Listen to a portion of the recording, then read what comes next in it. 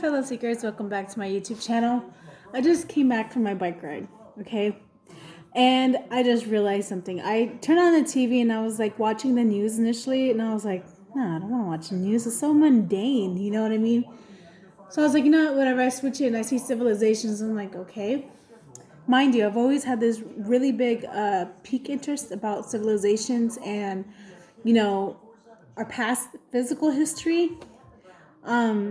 And yeah, this just came out of nowhere. Okay, I'm gonna be honest with you. It was like something just clicked when I watched it. So it was talking about ancient Greece, okay, and I've always had a tie to ancient Greece as well. I always wondered why, but now I really don't question it. I was watching it and writing in my memoir, and as I'm watching and writing, it talks about how ancient Greece was trading with, it's in Africa, with incense. How it was very notorious for their trades and their, their economic relationship with Africa and other places, other civilizations and whatnot.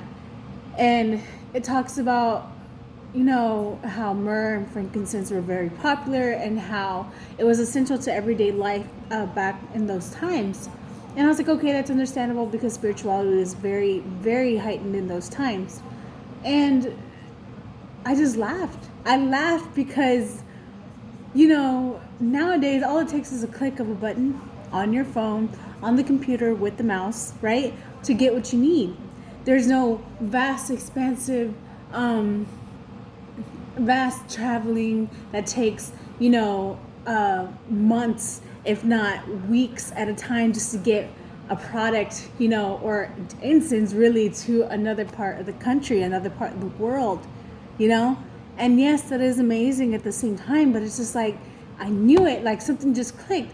It's like every time a civilization gets to its peak, every time it gets to its peak is when the shift happens. It's when the shift happens. Okay? That's when everything changes.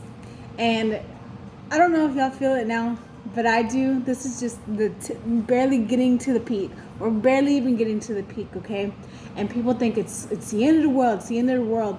But when really, if you think about it, and all the, you know, as I'm looking at it right now, all the different civilizations over time, these are just embedded physical monuments left over of our ancient selves, of our past selves, of our parallel selves, embedded into our physical world, the earth, okay?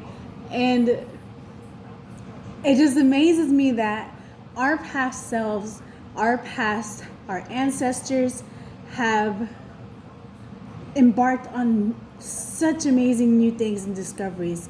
What makes us in this lifetime any more different? What makes it this different this time around? You know what I mean? Sorry, I was looking at my book because I wrote down about it too. But really, these are all the stuff that we go see, all the monuments and whatnot. These are just remembrances of our past life on the physical earth, okay? That's what came to mind. And I found it so funny that this even came up, that this even occurred. I was wearing, I can't even talk. I was wearing this, the Dragonstone. The Dragonstone is notorious for bringing out ancient wisdom in the wearer. And then, boom, it hit me. Oh my God. I don't know if anybody else sees it this way. I really am not afraid if anybody knows that I see it this way. I know I'm not cuckoo, but I see this. I see it. The past isn't just a past, guys.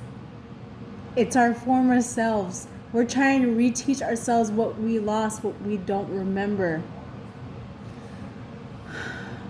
It's fucking beautiful, man. Anyway, that's it for this video. Talk to y'all next time. Bye.